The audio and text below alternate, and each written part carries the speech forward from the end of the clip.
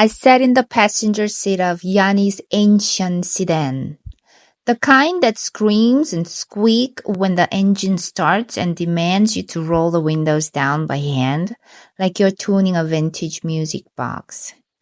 The last time I saw a car like this in South Korea, it was the 90s, and I was probably still humming along the cassette tapes. And yet, there was something widely liberating about it.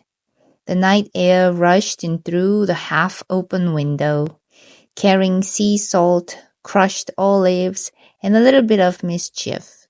I leaned into it like a dog sticking its head out the window. Not glamorous, but blissfully alive. It brought to mind a moment from another life, Seoul. A few years ago, I had been picked up in a Maserati by a man I briefly dated who smelled like expensive cologne and expectations.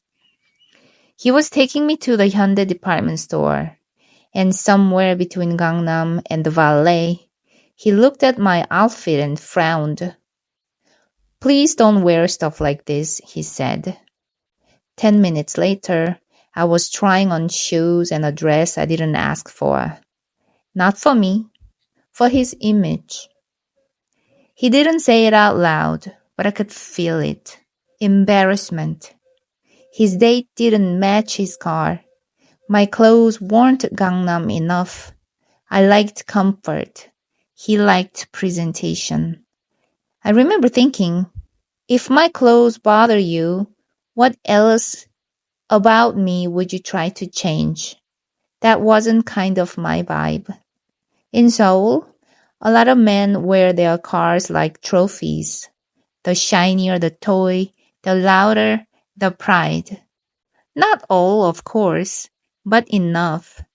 Enough to make you wonder if love in the city has a horsepower requirement. But here in Crete, nobody seems to care. Or maybe I've just found the people who care more about the road than the ride. Like Yiannis, confident, grounded, the kind of man who wears a shirt that says, "Free Palestine." His vibe? Steady. No show, no pretense, just presence. And me? I'm sitting here in his groaning old sedan, wind in my hair, dressed however I please, and I've never felt freer. His village emerged from the night like a hushed secret. Olive Tree Hill shimmered beneath the moon. This quiet, charming village whispered tales of history. Its scattered, worn stone homes bathed in an otherworldly glow.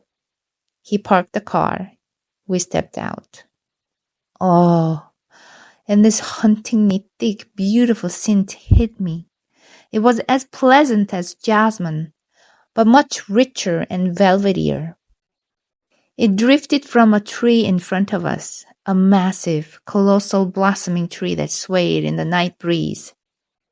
We reached a gate beside an unfinished building, half bones, half dreams, empty windows open to stars, stone walls glowing pale in the moonlight with the dream, like it's wanting and waiting to become a romantic taverna. He unlocked the door with the key, none of the digital beeps I had grown used to. It took a twist, a nudge, and a little kick to get it open. Doors like that make you work for your entrance.